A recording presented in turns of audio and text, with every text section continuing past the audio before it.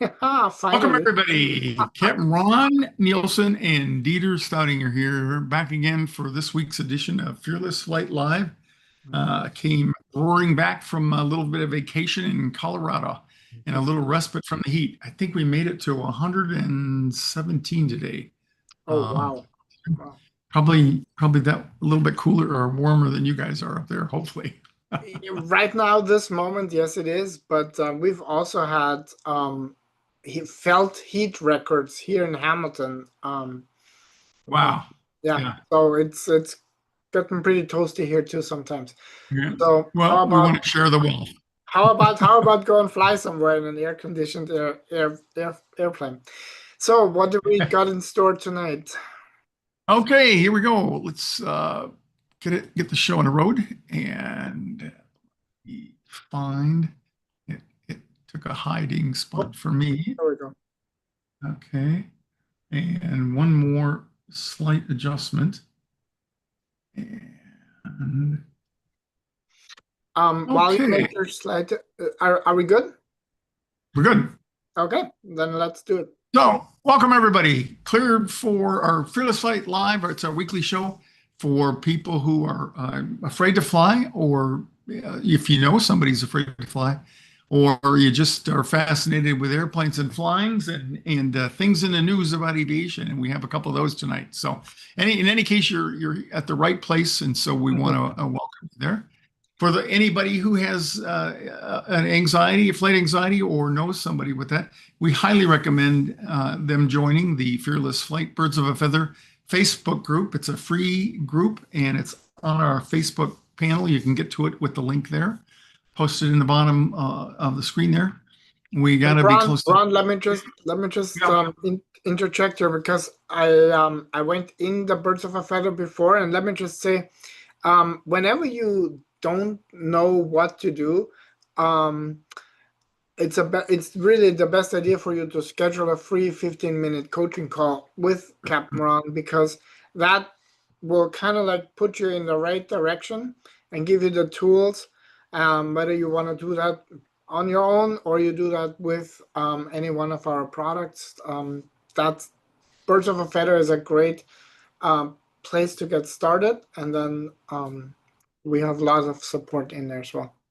I totally agree. If you're in doubt, go to the Birds of a Feather. If you're still in doubt, talk to people, and for sure consider a free 15-minute coaching session. It'll get you off on the right foot and save you a lot of time and a lot of energy. And Mhm. for sure, you can get over your fear of flying. No question about it. We have literally thousands of people who have, and the only thing you can do wrong is to not get started. So please join in there. We have a special interview with one of our European clients who chose not to get up in the middle of the night and be live here. So we did a video of it, and I've got some excerpts from that, and we'll put the entire interview in the meeting notes, and we'll have that coming up here in just a minute. A reminder of our monthly group coaching session on July 17th. And I'll give you the details of that in just a minute. And then there was an incident in the news here, and Dieter and I thought it was relevant to all of you. And we're going to talk about the highlights of that and some related historical incidents that happened and an accident, as a matter of fact. And then, of course, always your questions are greatly appreciated. So today I want to introduce you to somebody truly special. Her name is Milika. And like so many of us, she once flew without a second thought. But over time, things change for her, as they do for about half the people I'm working with at any one time. Anxiety began to creep in slowly until one day she just absolutely convinced herself she'd never set foot on an airplane again. And in this conversation, or these excerpts, Milika shares her journey, how her fear took hold, and more importantly, how she learned to take her life back one step at a time. And I had the pleasure of working with her this past spring, and she made some dramatic flights from her homeland, or where she's living in Barcelona, Spain, all the way to Miami in the United States. So she does well. She talks about the tools and strategies that helped her, from the Fearless Flight Harmonizer to keeping your mind busy, and then other things like Sudoku puzzles, and simply driving to the airport and realizing, hey, I'm okay, which is a clear shift in her mental construct, and reminding her that she is in charge, even though she might not feel like that sometimes. And what I love most is how she sees all this as a part of a bigger lesson that she was destined to learn. And that is, life sometimes nudges you to grow in ways that you never expected. So if you've ever thought that you can't do that, I hope Milka's story is gently challenges that belief. Because as you'll hear, overcoming fear of flying isn't about being fearless. It's about being willing to learn, to show up, and to keep trying, and to go through the fear. So, all right, let's meet Milka, and I think you'll find her as inspiring and as delightful as I do. So sit back, relax, and enjoy the video.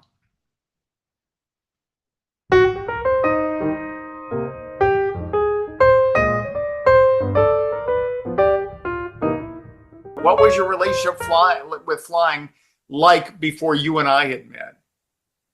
So I started flying when I was 12. Actually, my first flight, I was alone, and I was fine. I used to fly all the time, and in one moment in my life, I started to feel anxiety.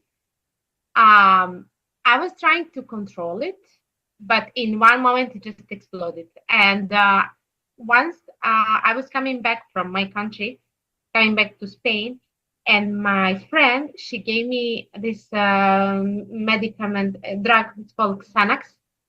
And she told me, you can take it if you're nervous. Of course, I was nervous because I was in my home. It's Yes. like, it's not the flying only. It's like different things, around it. Like so many people I meet, you flew without any reservations, and then all of a sudden it became a thing. Yeah, I think it's because I was getting older. Because what? I was getting older, and then you realize, oh my God, I'm not so invincible. You don't have anxiety. Well, like I don't know about these people who has post-traumatic stress when they come back from war. I don't know anybody except me, but I don't think you don't have in the first moment, in the first year, you don't have those kind of flashes, and then no, it just comes slowly, very subtle, yeah. And it's growing by it's not, so maybe it's a different things that I was associating with the flying. Do you think that we are sometimes genetically predisposed to anxiety then? Yes, definitely. When I talk to people about our relationship starts over fear of flying, a lot of people will come back and say, you know what? I had this other anxiety and all that. And as I've learned how to cope with flying, I'm learning how to cope with other things in life. I remember you saying something about you were convinced that you'd never get on an airplane again. Yes. So I used to go like drive my mom, or if I have to pick up somebody from airport, I would have I will have I don't know, anxiety. I don't know how to say. What were the small victories, if you will, that got you there? So first of all, I wasn't saying myself, I'm going to do it. No, I said, okay, let's first go to the airport. Then if I go to the and I was lucky that my mom, I had to drove her to the airport like few days before, and I had no anxiety. So I was like, oh my God, this is something new, Good. Were you able to use the Fearless Flight Harmonizer when you prepared at all, or? So in the morning, I was listening to the harmonizer. Okay. I was listening to the harmonizer, and then we went to the airport. And the problem is it's a small airport, so we saw a plane. Yeah. And we had to right there, close.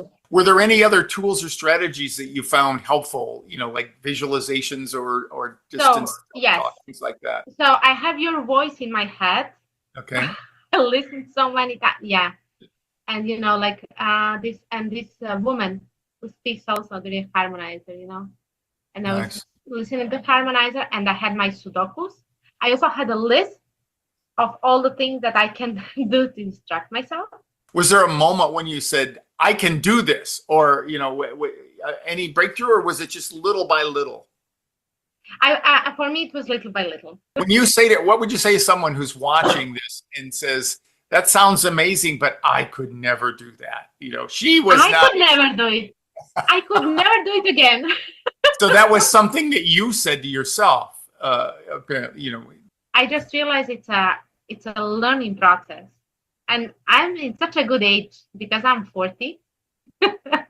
You don't look 40. Thank you, but I am. And the thing is that I feel that the things are coming to me because life wants to teach me something.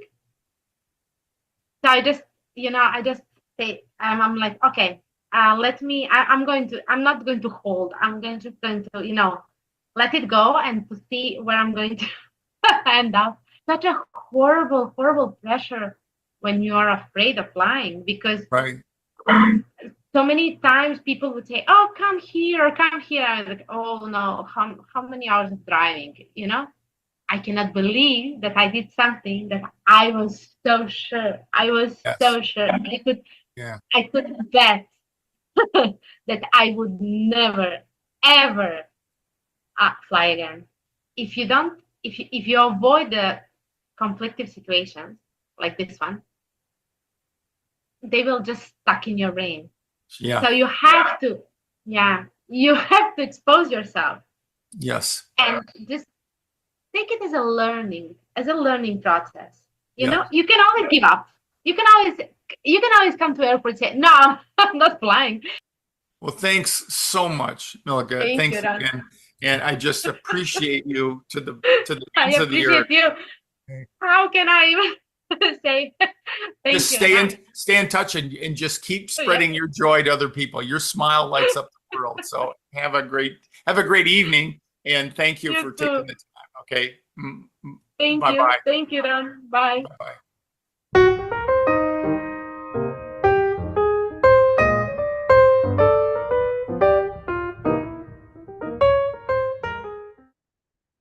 Wow. Inspiring. Too bad you guys couldn't have been there when I had her live, because she's just one little fire plug or spark plug of information and joy there. So thanks, Milica, and thanks to all you for watching. Okay. We had an interesting occurrence, I think, what was it, yesterday, Dieter, that you saw this? Yeah, actually, I became aware of it this morning. So okay, this morning. So, and we're going to cover it not just to make timely address it, so you can maybe stay ahead of your own fears about it, but also to point out some changes that have been made in the airline regarding lithium batteries. They have been in the news for a lot longer, and if you heard about a couple of these things that I'm going to talk about tonight, you may have forgotten about them. This is about a problem with something that just about all of us use now, and that's lithium-ion batteries, but from your cell phone all the way through your power supplies that you take on the airplane. And what happened was this was a flight from Atlanta to Fort Lauderdale, and they had a fire caused by a lithium battery in a passenger's power device. You know, those little things you can magnetically stick to the back of your phone or plug in with some small cables. And the crew responded quickly, and they landed safely at 8:48. It might have been today. I don't know. I can't remember. I think that was today. I think that was this morning. And they had 185 passengers and 6 crew, and everybody was able to get off unharmed. I think they did divert into Fort Myers and for landing. What happened was that the flight attendants used the onboard fire extinguishers to quickly extinguish the fire, and they have a containment bag on board the airplane for such things now because of the greater prevalence of that happening. The pilot called ahead and that what was going on there, and and stated that they did not have any active fire on board, just to make sure that all the ground crews knew exactly what was going to be required there. And they later went to Fort Lauderdale later on in the day. So we want to talk a little bit about this. This is a growing concern. Lithium batteries, for all the magnificent things that they do for us, one of the hazards seems to be that they have what's called thermal runaway.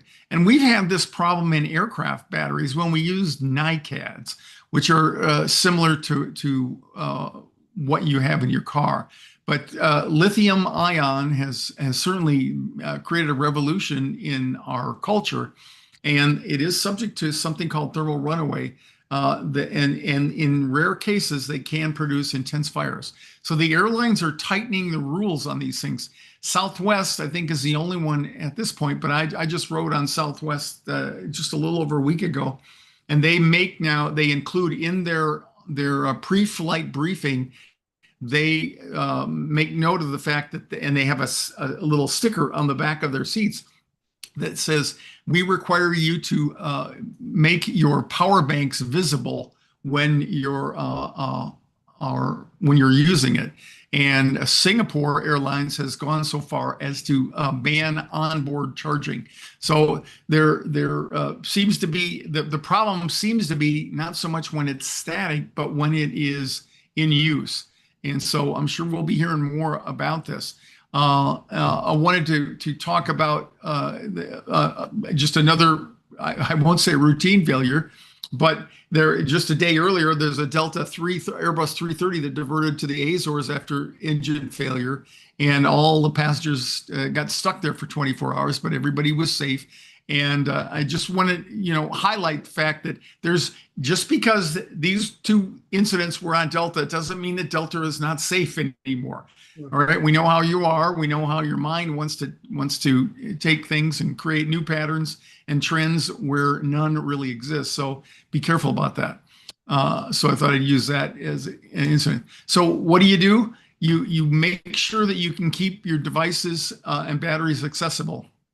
Follow all the airline safety regulations and trust that the crews are trained, as this crew was, to handle incidents like this. And you can expect stricter airline rules in the future for personal electronics. And these incidents do show how quick, calm crew actions protect passengers. If you haven't experienced this yet, one of the things that you will be alerted to is when you check your bags. One of the new questions is, do you have any lithium ion devices in your checked baggage? Because they'll require you to pull it out. I know one of my suitcases has a little port on the top so that I can take a larger device and put it in my suitcase and then plug it in there, and it runs through this cord. So if it's carry-on luggage, you can sit around and you can plug your device right into your suitcase. So it's real convenient to use that while you're running around the terminal. And that would be okay because you're going to carry it on. But let's say when you're getting on the airplane, that they stop the carry-on luggage and they ask you to check your bags because they're going to take it down to the cargo hold, and you'll end up getting it in baggage claim at your destination airport. In that case, they will ask you once again, is my experience. And if you have a suitcase like I did and you were intending to carry it on, you must confess that and pull it out, because we don't want that in the belly of the airplane where we can't actively fight it. Now, to add to go a little bit farther than that, all airlines, commercial airlines now that you can buy tickets on, have not only a detection circuit for excessive heat in the cargo compartments, and they have protection. So we have the ability to shoot fire extinguishers in the cargo compartments as a result of a crash many years ago. So, but the main thing is if you should be preparing to carry it on, and your suitcase gets stopped at the gate and they take it down the baggage compartment, you need to pull out those devices so that you can do that. little bit of history in this. This isn't altogether that new of a problem, but the proliferation of personal devices has made it much more prevalent. In February of 2006, there was a UPS flight that landed in Philadelphia after smoke was detected by the crew. Now, all they had was two pilots on board that, so they didn't have any flight attendants or anything back there. And the airplane, the crew was able to get on the ground safely and get out of the airplane, but the fire did intensify on the ramp. And the National Transportation Safety Board noticed the first thing they noticed was there was at least one pallet full of lithium-ion batteries, and from that they issued initially safety recommendations, and this led to stricter packaging and fire suppression guidelines on that. And you could see the damage. This was legendary. I remember going through recurrent training and hearing results of this fire. This was shortly before I retired. And again, thank goodness that they got on the ground safely and they were able to put that fire out, but it just, or get the crew out, but it did destroy the airplane. There was one other incident that took place in 2010. This one was not quite so successful, and again, it involved lithium-ion batteries. And in the cargo hold, they had 81,000 of these batteries there, and the smoke breached the cockpit. The crew lost control, attempting to return to Dubai, and they crashed, and it was fatal to both the pilots on board. And it prompted, so you know how we are as human beings. We get some information and we think that we make necessary changes, and then we get some more information, and ultimately, oftentimes we make a much larger change. And so this prompted global regulatory tightening up on lithium-ion shipments. And you may have noticed when I showed this, you probably, any of you that have gotten anything in the mail from Amazon with electronics in it has probably seen this warning label on there. So the changes are that the FAA and international aviation agencies, like in the ICAO, introduced stricter standards for lithium battery air cargo, and they require now that they have cargo liners, checklists that specifically deal with electronic fires like this, and shipment declarations have been strengthened so that the shippers of devices have to declare with much greater specificity exactly what they're hauling and what the risks might be on that. And the airlines now restrict bulk shipments and have improved detection systems for this. So what I want to leave you with is the fact that you don't have to worry that your flight's going to be consumed by a fire, but you do want to be more responsible and make sure that you don't have there. And the incidents that they've had have been from bulk devices, having a bunch of them together, because it seems to be the most likely time of it getting overheated is when you're using it. I know I got an iPhone 15. I don't know what version you got. I got a 15 as well. Yeah. Yeah, but they talk about it, and I know my phone gets a lot warmer now when I'm using it, and Yep.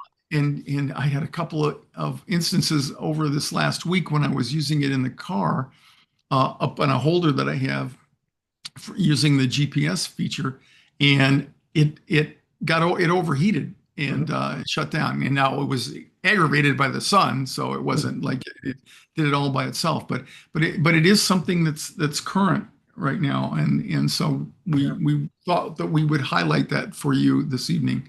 And the thing, Ron, that you and I had talked about, while you obviously have no control over anybody else, the important thing is that if you are planning to use the harmonizer and you're trying to get on the plane, and so be prepared before you leave the house and have a plan. The best plan is always to have devices charged when you start out. But even so, like Ron said, there are new rules and regulations, and if you know these ahead of time, then that saves a lot of anxiety because you'll be prepared. So yeah. Yeah. And in this day and age, I know Southwest they're modernizing their fleet, I believe. I know all the new airplanes are getting, and I fly them more than anybody else. They're putting the USB jacks in there, and then other airlines, they've had USB ports for a long time, and even 110 down below, especially if you're going international. Did you have those when you went over Every international flight that I've been on Yeah.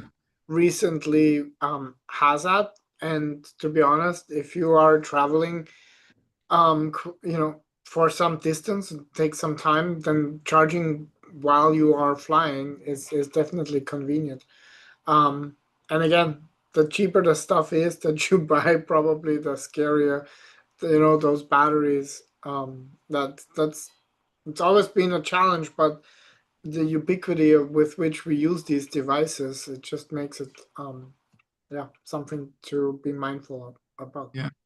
So before we go tonight, I wanted to make another statement out there that Dieter touched on is if you don't know what to do, talk to us, talk to somebody, do a 15-minute coaching session. Don't sit there. It's just so amazing. We had Roxana. I've been in contact. Shout out to Roxana. She, at the beginning of the show, this is Roxana from Japan. Thank you, Capt Ron. Hello, everyone. So, yeah. She's earned a shot as a guest on the show because she's just really, really worked her fanny off and got ready. She was just terribly bothered by the notion of having an 11-hour flight to Japan, and she's got her family with her, and she's going to visit family and everything. And it was such a big, important trip, and she just never saw herself making it, and she made it. And so I'm glad that she checked in tonight. Thanks, Roxanne, if you're still watching.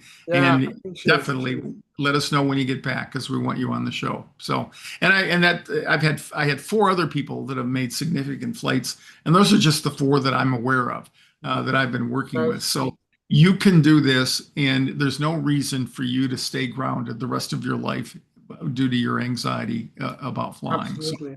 So, anyway, so again, Thursday next week, it's another great place to start. If you don't know what to do, come on with us, and it's going to be kind of a primer for a basic course for anxiety. Why is it so troublesome? And we're gonna do a deep dive in some areas maybe you never thought of before, and that's what's coming up during our monthly live group coaching session a week from this Thursday. So I hope you can join us. And remember, it's recorded, so you can get the replay if you can't make it live. But anyway, thanks everybody. Thanks, Dieter. I appreciate you again so much, and all of you out there. So we'll see you again next week for another episode of Fearless.